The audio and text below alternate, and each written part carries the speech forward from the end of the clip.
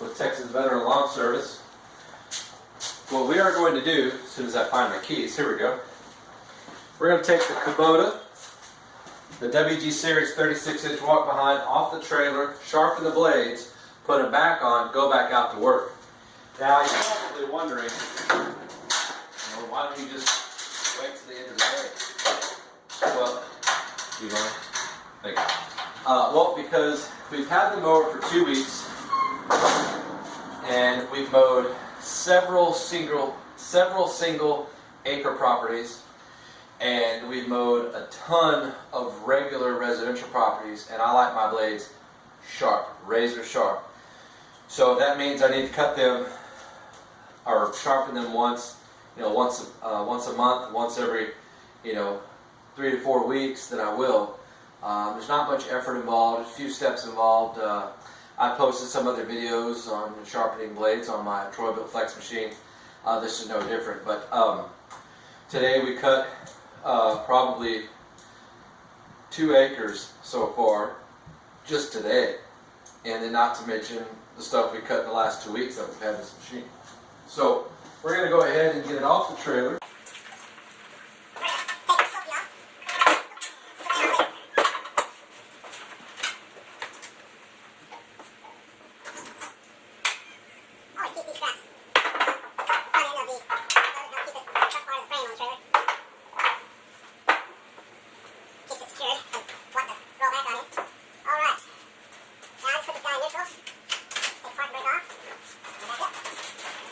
Backing it down your ramp, you want to be careful and you want to apply the brakes so that way you don't run yourself over. And of course, you don't want the machine on. That would be stupid. But there are people out there that do that. So just back it down. Apply the brake. You don't want it to go crashing down. There you go. Up so it's out of our way, get a little bit more room. Okay. Now, we don't have a lawnmower jack that you see for the 0 turns and mowers like this. So what we're going to do is this guy will tilt this way all the way to about right there on the back of that frame. That's plenty. So we're going to take our jack stands and we're going to put them underneath the front. That way we're going to put the parking brake on, put it in gear. We're going to put a couple of things behind the wheels. Oh, look at it. There we go. We don't want this guy walking backwards when we're underneath it. All right.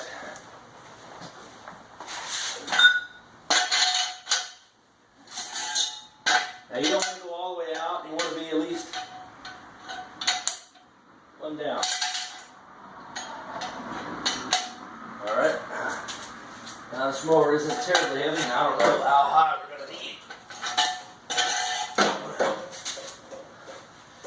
That seemed to work out pretty good.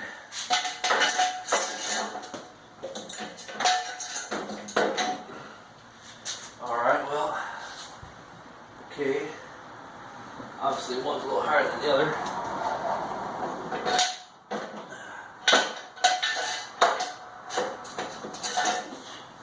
Alright. Okay. Want to make sure all your jacks are flat on the ground. They're going to teeter up like this one here.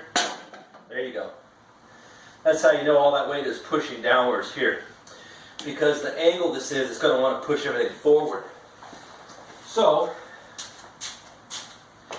we got the wheels chucked in the back. Should probably chuck the front too, just to be the safe side. Alright, what do they say? Rather be sorry than safe, or no, that's not right. Rather be safe than sorry. There we go, we'll get it right. Alright. So, let's see if we can get you guys a good point of view. That's a POV for some of you guys. underneath this little guy here.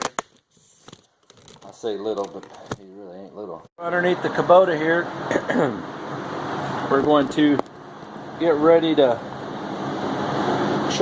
take these blades off, sharpen them up.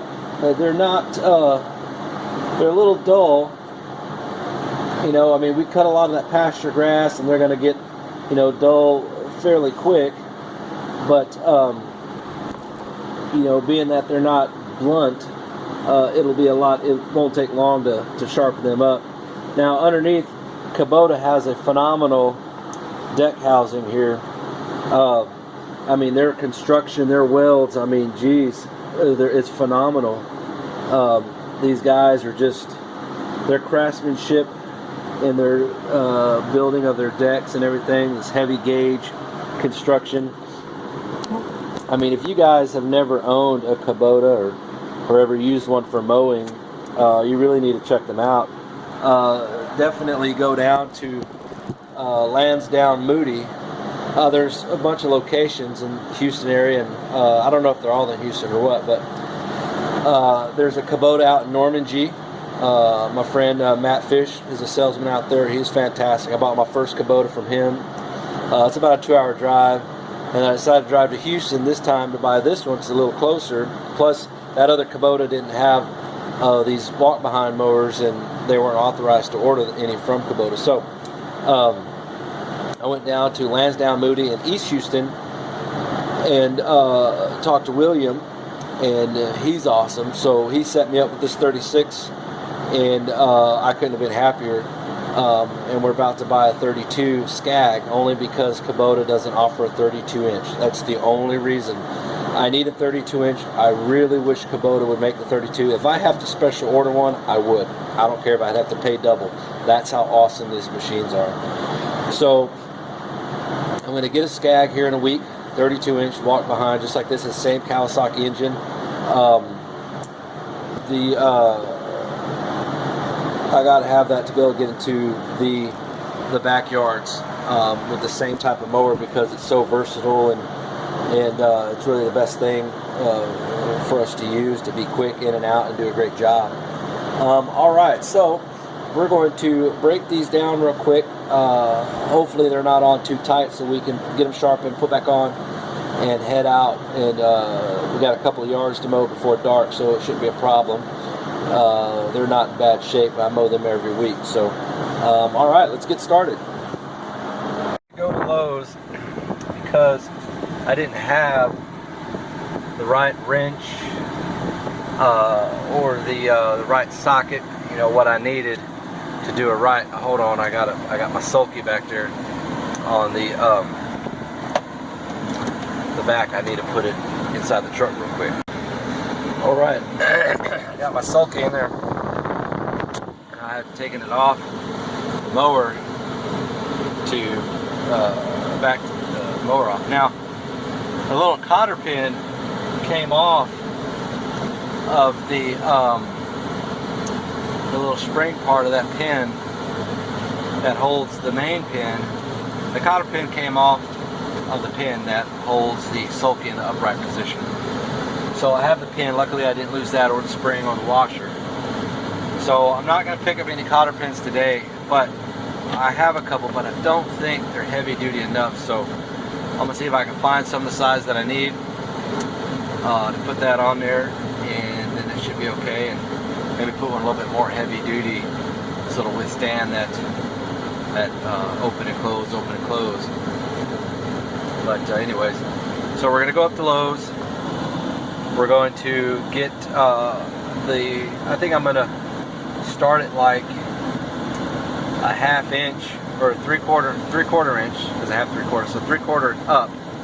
I'm going to start the next series of sockets for the socket wrench, and I need to get a cheater bar, and I think I'm going to get 1/2 inch driver instead of a 3/8, which is the most common. I mean, 3/8 is strong enough, but well, I'll get either one because I actually have both drivers at home, so it really doesn't matter.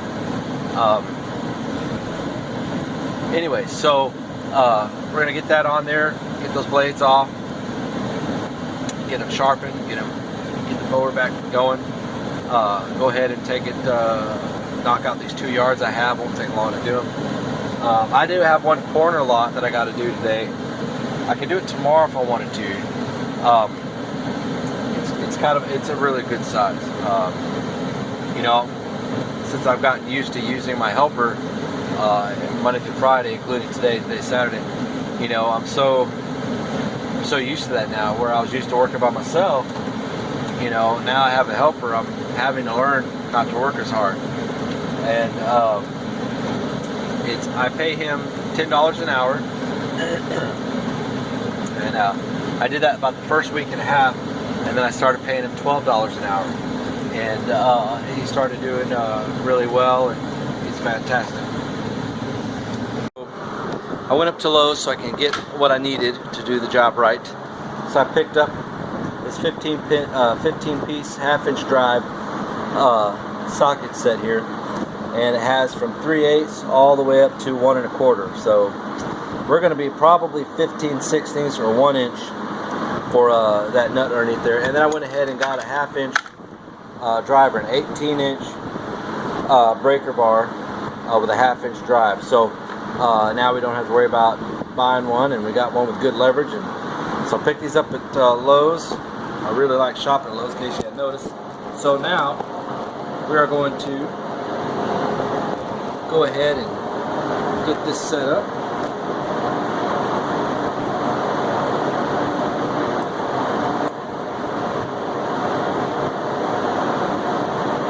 Got the smaller than average bear.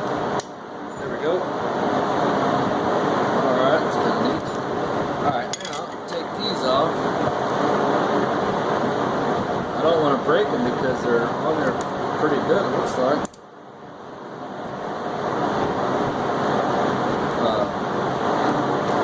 I don't know if they're supposed to come off or what.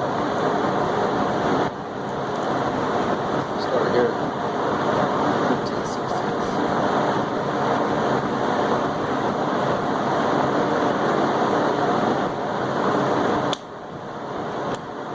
Okay, that comes off.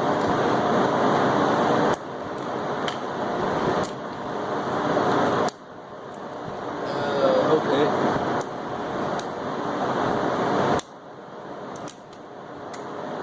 Yeah, I think these are supposed to come off. Or more. And then those stay on there. Okay, we'll fix all that up later. So they stay on this track here. We just break these part right here off. So we need, I'm thinking 15/16. We'll sort all that out later. I'm going to go ahead and get these off and get them sharpened. Let's see here.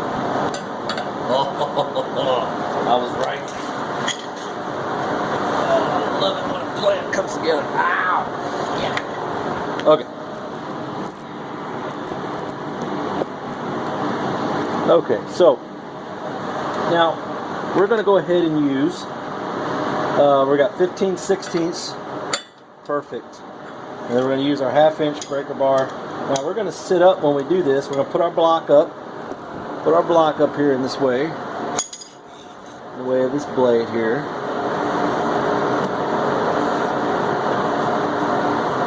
Should be fine there. We don't, since we're going to have to pull on it, we don't want to be underneath it. We're not really going to have that leverage for that. So, here we go.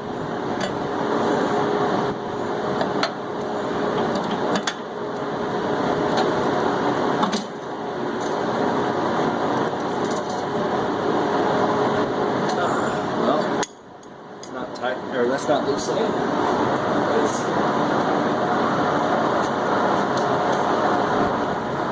read the owner's manual. It didn't say anything about having to go the other direction. I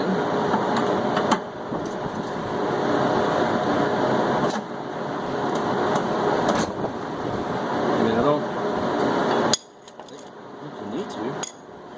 Let's see.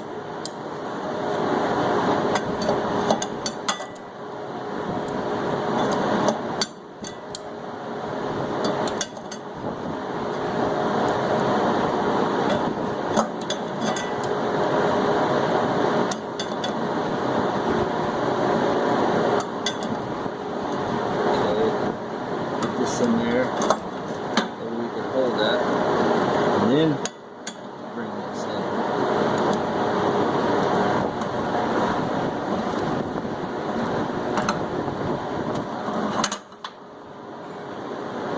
Well, I'm at a loss for words. Let's see here.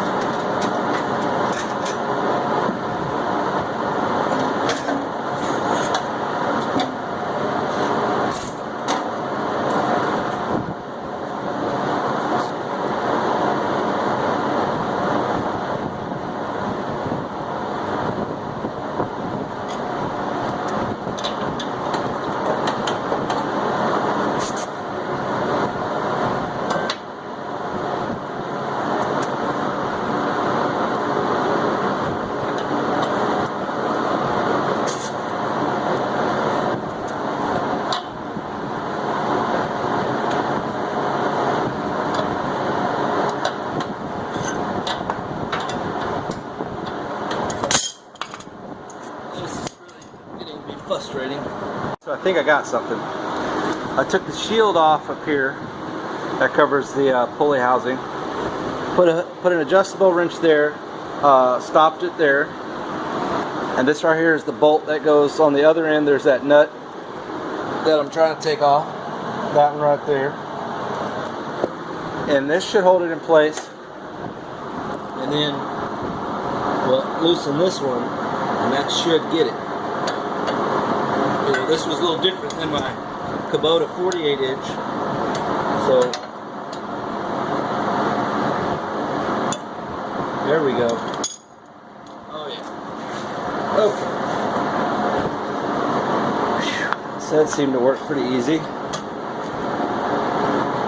Gosh, it only took an hour. Now you want to make sure you don't damage these threads, because that's a whole new deal they got to put up in there.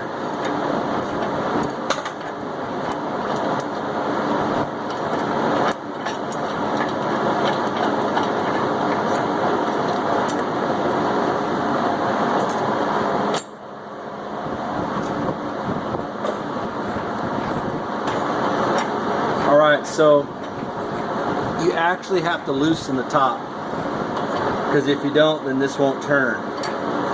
Alright, so on the top piece you got these two on top of that that housing where we were at right here. So on that pulley system there, these two go on there, okay? And then underneath, that shaft just pulls out. So you got two little washers here, which are spacers. They're not washers, they're spacers. Okay? So those are important. Don't lose those. Those change the height of this blade. And then you got your washer, and then you got your long bolt. So the 48 inch mower, when I was doing the blades, it didn't have this. This little bolt here was only like 2 inches long, 3 inches long. So you pull these, the whole thing out. So that's good to know. I did not know that before, and the owner's manual did not say that. So holy moly. Alright, we're going to go ahead and take that other side off.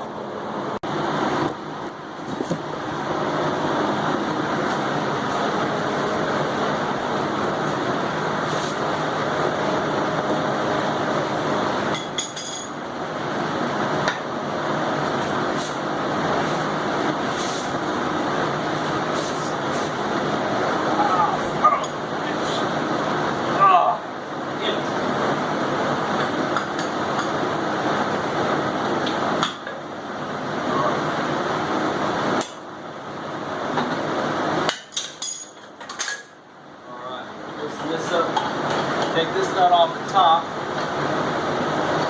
Make sure you take the washer with it. And then the whole bolt and the blade slide on out. Don't lose these spacers. Take the bolt out. Do not damage these threads. You'll have to get a whole new bolt. Okay. Alright, let's get the sharpen.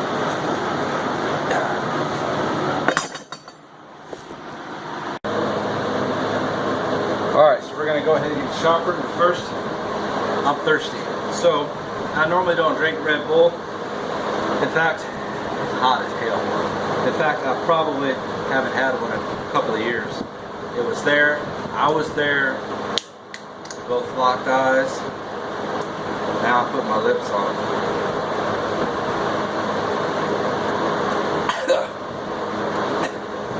That's smooth. Oh, get you right here. Heart. Man, it's nice. Okay. All right, guys. So you've seen me use my my grinder before. Okay. This is the Skil that I bought at Walmart. I've showed it in my other videos. Sharpen the blades, no different. Same one. Same little abrasive pad. It's not your typical grinding wheel. It's your finishing and blending pad, which is a lot better. Alright, so you want to protect your eyes. So, we're going to protect our eyes. Alright, now it's already got a good edge on it here, angle-wise. Okay? I want to put just the sharpness back on. So, it won't take much.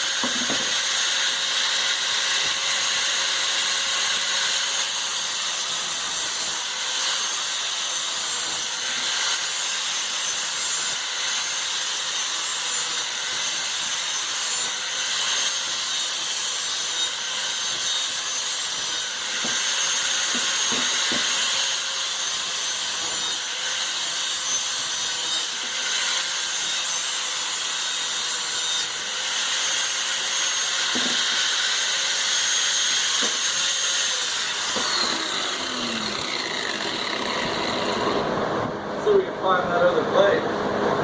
Oh, here it is.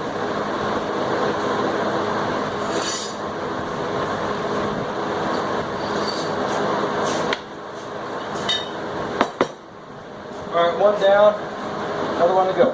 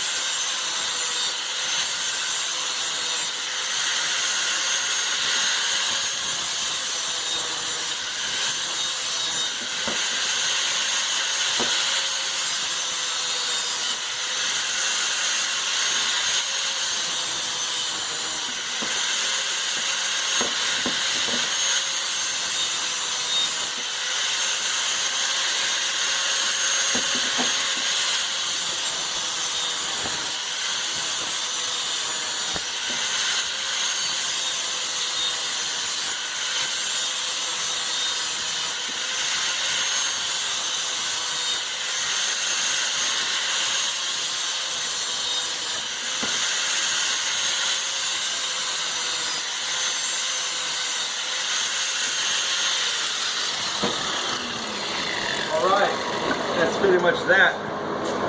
Okay, so on these blades, what you're looking for is sharp. Now, I didn't change the angle, so I didn't grind on enough. As you can see here, the only part that is shiny is right here, right there on that tip, right there on that edge. That's all I touched, because the angle here, it's fine. That angle is fine. I did not want to disturb that. I just bought this mower 2 weeks ago. I just wanted to touch this piece right here. So we slightly grinded it from left to right. I applied hardly any pressure. And then on this back side. So we're ready to put these back on. Just reverse the process. Put everything back on. Get it good and hand tight. You don't need to over tighten it as you could damage it. In the owner's manual, there is torque specifications per bolt size. So, for grade A and grade B bolts. So the owner's manual has that, which is pretty cool.